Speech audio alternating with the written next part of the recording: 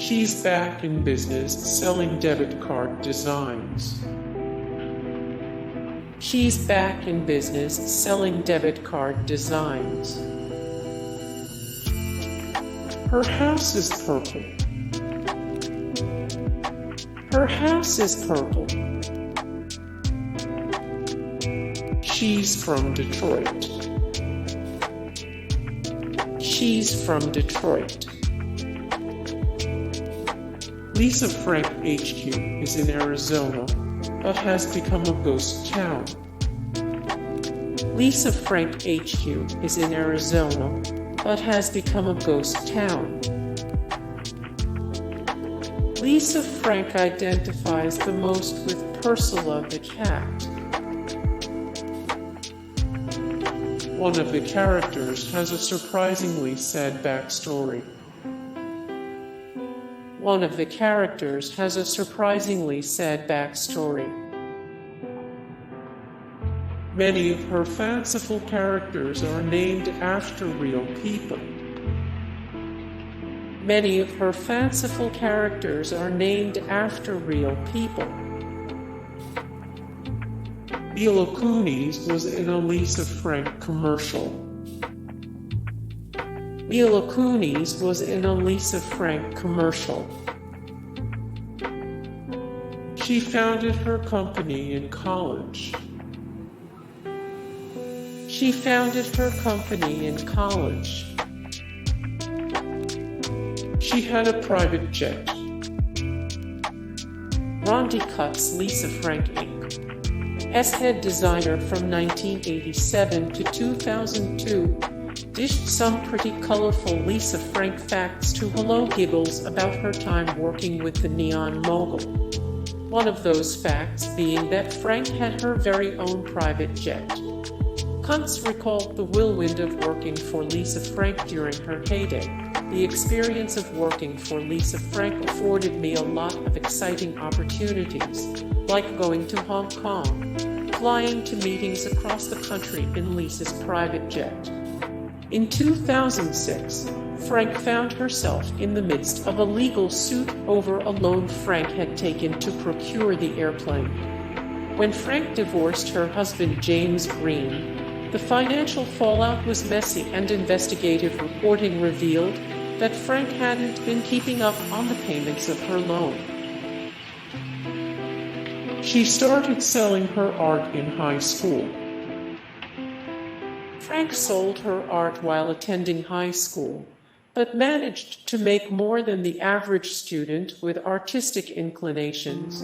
Frank reportedly made $0 from a senior year art show, and adjust that for inflation because she managed to net that profit during the early 70s. One of the purchasers that contributed to her high school profit was the CEO of Chrysler, so it's no wonder Frank was raking in a tidy sum early in her career. At first, she didn't want to sell unicorns. It's hard to believe now, considering she's the queen of rainbows and unicorns. Frank admits she initially didn't want to do commercial art and incorporate things like that into her work. Before delving into the world of brightly colored stickers that would adorn a generation of binders and trapper keepers, Frank had a line of plastic jewelry that she made during her sophomore and senior years of high school. The brand was called Sticky Fingers, and it was mostly comprised of fruit pendants and cartoon characters like Betty Boop. But she realized she could really capitalize on it, and ended up going from small sales and shows to selling her wares at huge department stores like Bloomingdale's and Neiman Marcus. Not bad for a high school student. There are almost no public photos of her. Lisa Frank has let her larger-than-life designs speak loudly in her physical stead. The woman has nearly no public photos even in the wide searchable expanse of the internet. When Urban Outfitters licensed her designs and started carrying a Lisa Frank line in 2014, The company got permission to film a short documentary about the brand, and even a rare interview with Frank, but under her request she was shot entirely in silhouette, leaving her enigmatic presence intact. She was known to be a terrible boss and business owner. The official word on the street is that Frank was a harsh boss, and that Lisa Frank Inc. was a terrible place to work. Despite its colorful trappings and bright facade, Gilak was the term used by employees and former employees to describe a place where strict rules and rigidity reigned supreme, and where monthly morale-popping meetings were held to reinforce the rules.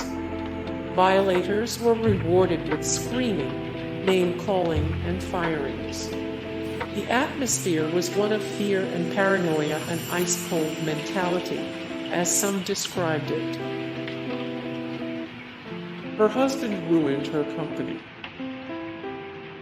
Apparently, the downfall of Frank's company wasn't due to teenage girls' waning interest in unicorns and bright colors, but more to do with her husband, James Green, CEO of Lisa Frank Inc. Green was said to be a greed-motivated, rampant cocaine user who, if that wasn't enough, was also allegedly unfaithful to Frank. Green was a horrible employer and was said to have put chains and locks on the door as he heard that one employee had left work 10 minutes early. One employee described Green as he was a very angry man, a pompous jerk. Hey guys, thank you so much for the support and likes and comments down below, and also thank you so much for watching, and I look forward to see you in the next video. Then take care, bye.